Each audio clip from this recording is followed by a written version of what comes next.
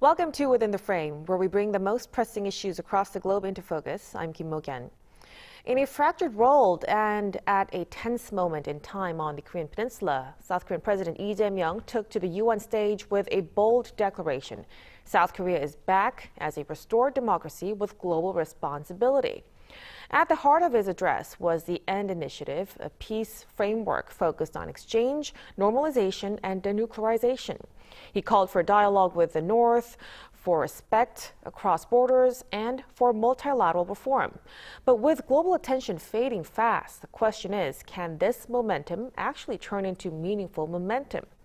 For answers to this, we invite into the studio Youngshik, Research Fellow at the Yonsei University Institute for North Korean Studies. A big welcome. Pleased to be here. And also joining us online is Robert Kelly, Professor of International Relations at Busan National University. Good to see you. Thank you for having me again. So let's start with Dr. Bong, with President Lee's core peace proposal, like I've mentioned, the END Initiative. Could you explain for our viewers what this actually means and how viable is this framework?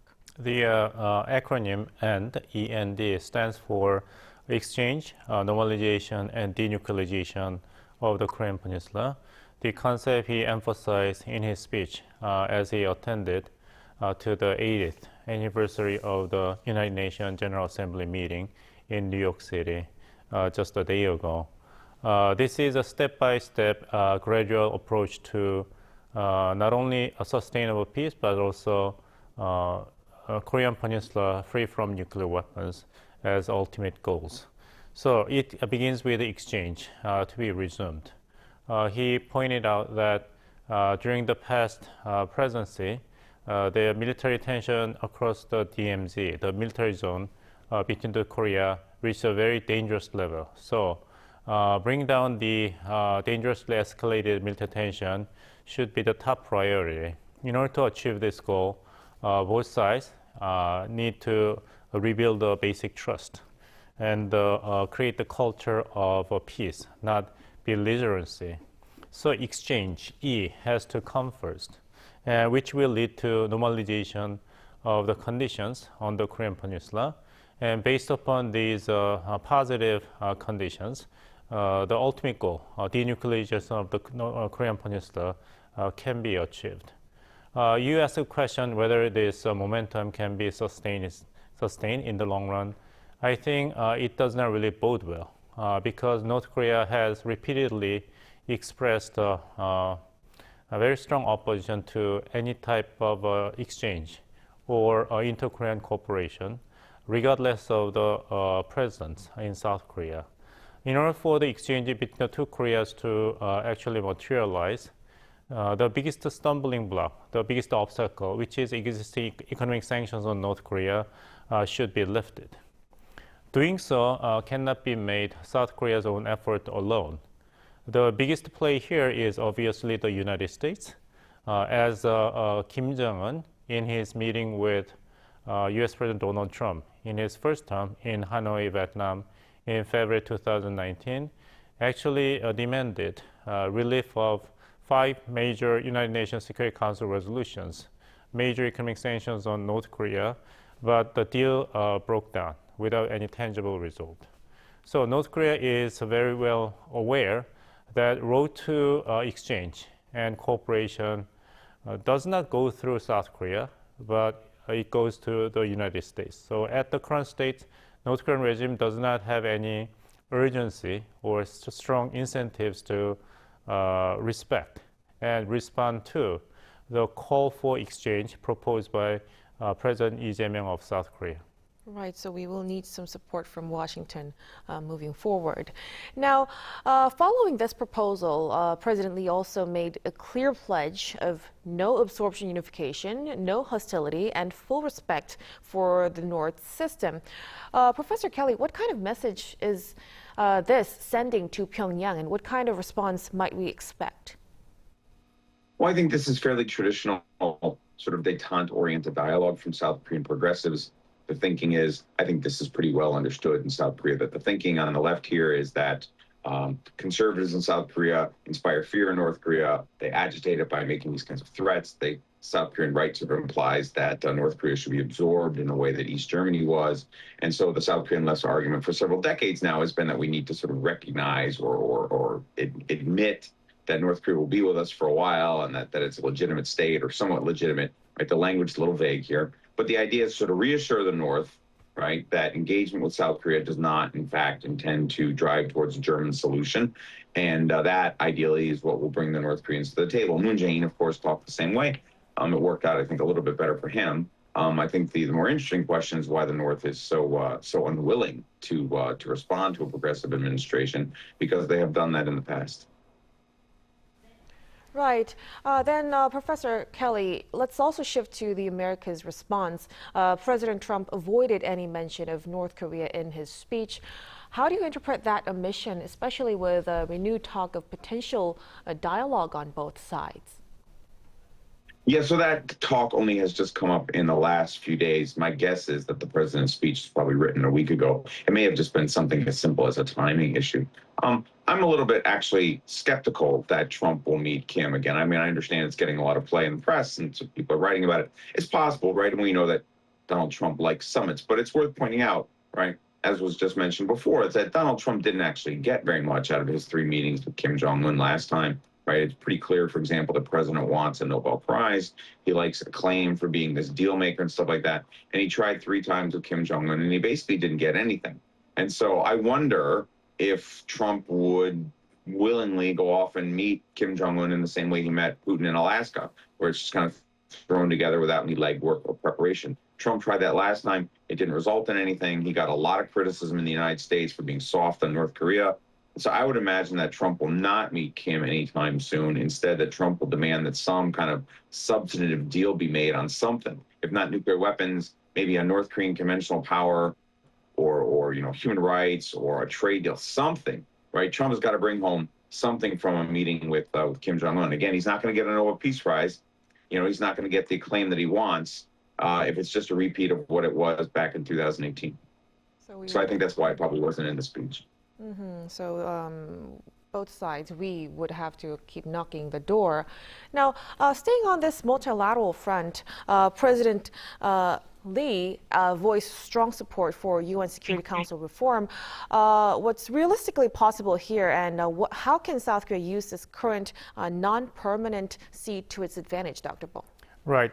For the first time since it joined the United Nations, South Korea is one of the non-permanent members at the United Nations Security Council, and South Korea presided a special committee with President Lee Jae Myung as a moderator this morning on AI for all as a critical issue for sustainable peace and stability in international system.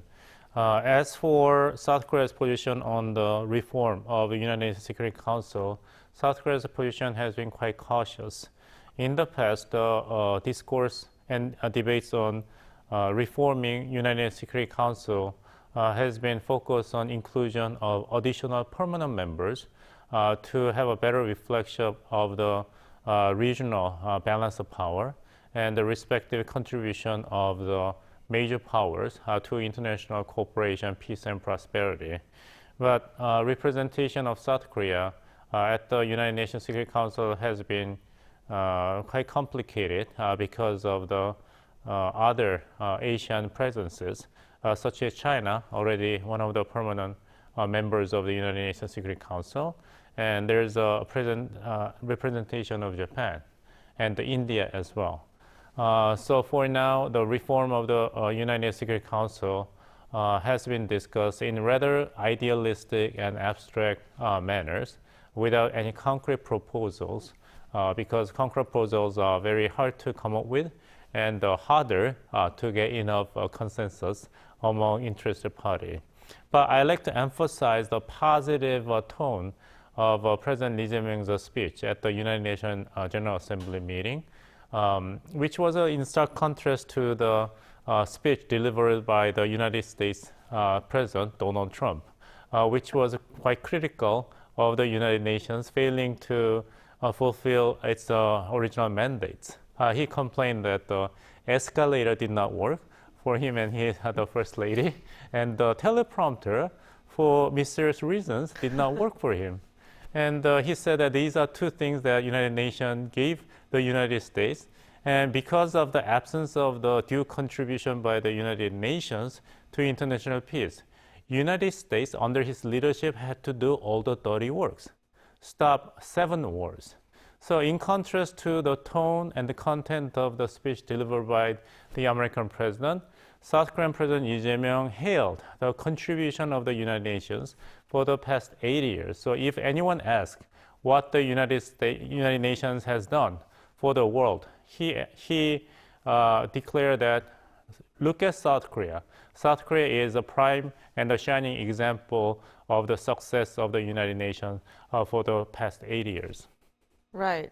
Definitely, it was a very clear difference between the messaging. But getting deeper into what he said, President Lee's emphasis on a more democracy and a deeper multilateralism came at a time of global fragmentation. Professor Kelly, did that message, do you think it resonated with any real weight to the world? I do.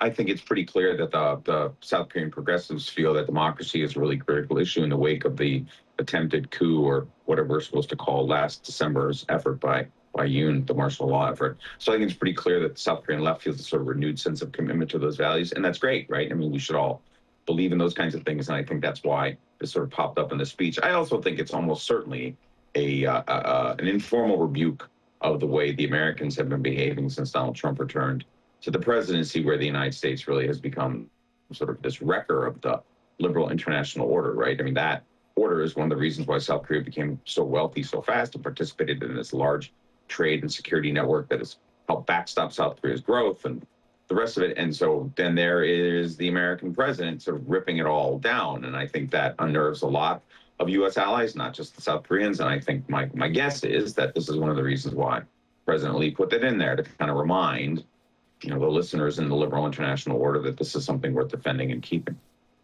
A bold message indeed. Now, let's move a little bit to the economic dimension, Dr. Bong. President Trump described South Korea as a successful trade deal partner, but we all know that the trade deal between the two countries, Seoul and Washington, are still dragging on. The details, of course. How should we read into his remark? Well, I guess it was a quite conspicuous absence at the United Nations General Meeting this time, that both leaders did not bother setting up bilateral meeting in the sideline of the United Nations General Meeting this time, which speaks volume about the current stalemated state of the trade negotiations. Especially the stumbling block is mutual agreements upon how the 3,500 billion US dollars investment from South Korea will be decided and implemented. South Korean government, as one of the indispensable requirements for this general agreement to be materialized, United States should give unlimited amount of currency swap between South Korean currency, won, and US dollars. And there has not been official commitment coming from the Trump administration. And this is a rather interesting contrast between expression of a very strong commitment by the Trump administration to protect the current Argentine government in financial crisis, and similar kind of commitment and support have not been confirmed by the same administration in Washington.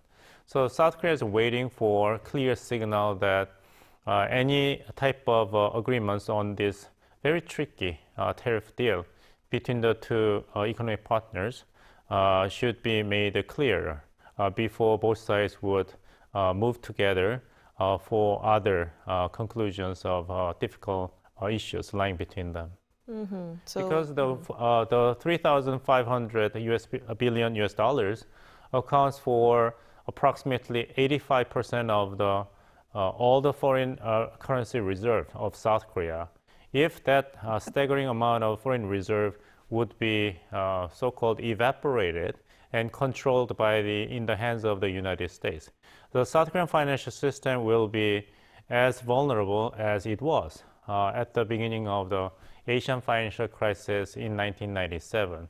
The nightmarish scenario does not, no South Korea wants to repeat the nightmarish scenario that they had to go through many, many years ago. So there should be a reliable guardrails implemented by the United States. Right, definitely a very sensitive issue, and that's why we need a little bit more patience on that. Now, President Lee also framed AI as a central challenge in global governance.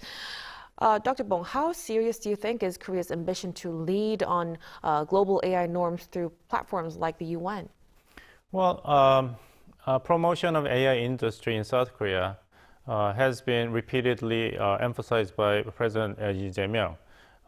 Even during his election bid before his inauguration.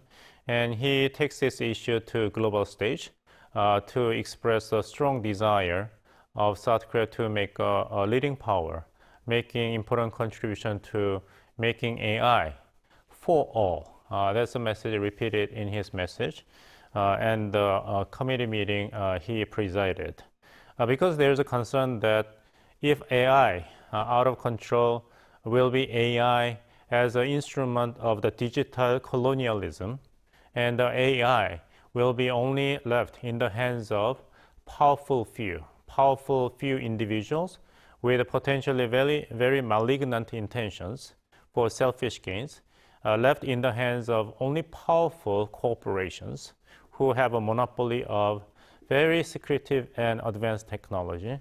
And there's a chance of the human enslavement by the machine, which has been the very frequent theme in many scientific movies. So in order to deal with this type of uncertainty stemming from the quick arrival of AI in our daily lives, there should be international cooperation and coordination proposed by the South Korean government. Right. AI ethics, we call it. It's very important, especially with the technology moving very fast. Now, in that same context, Korea is set to unveil the APEC AI initiative next month. Professor Kelly, what impact do you think that could have on shaping global tech governance? Yeah, I think it's a great idea, actually. I think, as was just mentioned by Dr. Bong, right, the norms on AI, particularly, I would argue, particularly what I'm particularly concerned about is AI's militarization, right? We're already seeing it being used in the Ukraine war, for example. That, right, we should get in front of this rather than catch up, right? I mean, we don't have to get carried away with sort of scenarios from the movies about the robots coming to get us, to be aware of the dangers of inserting artificial intelligence into weapons and satellites and so on, all of which seems like it's coming. You know, and then there's also lots of more mundane stuff. So I'm a college professor, and it's becoming increasingly clear that my students use AI to write their term papers. So like this global wave of cheating, you know, what do we do about that, right? When 19-year-olds are going to use AI for the next 20 years to cheat. You know, there's a huge normative gap here, right? On everything from college term papers all the way up to, you know, putting it in drones with missiles. And nobody really quite knows what to do. We have all these different countries out there competing for leadership on this. South Korea is well placed on this. First, it's democracy. That's great. Second of all, it's already pretty far ahead on AI, so it's a good player to participate in this. And so I think the South Koreans are primed to lead here. I think probably the only real big issue, I guess, that the sort of stumbling block issue is that as a smaller country, it's going to be sort of difficult, I guess, maybe get the Chinese and the Americans to come along. But in terms of South Korea's value and its technology skills, where it is right now on AI, it's a good player to advance that. And so I think the APEC thing is a really good idea. Right. So this APEC rollout will definitely be a good test on, you know, and we will have to see if it has the real backing that it needs. Now, in zooming on, you know, President Lee's bilateral diplomacy, so on the sidelines of the UN General Assembly, he also met with the Secretary Guterres and as well as the leaders of Uzbekistan and the Czech Republic. Dr. Bong, what kind of diplomatic value did those talks actually bring?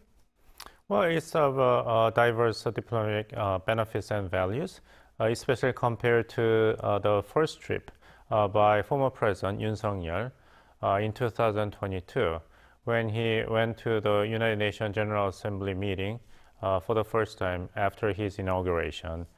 His focus in the conduct of bilateral diplomacy with other foreign leaders at the site of the United Nations General Assembly meeting that time was to earn international support of these countries for South Korea's bid to host the World Expos in competition with Italy and Saudi Arabia.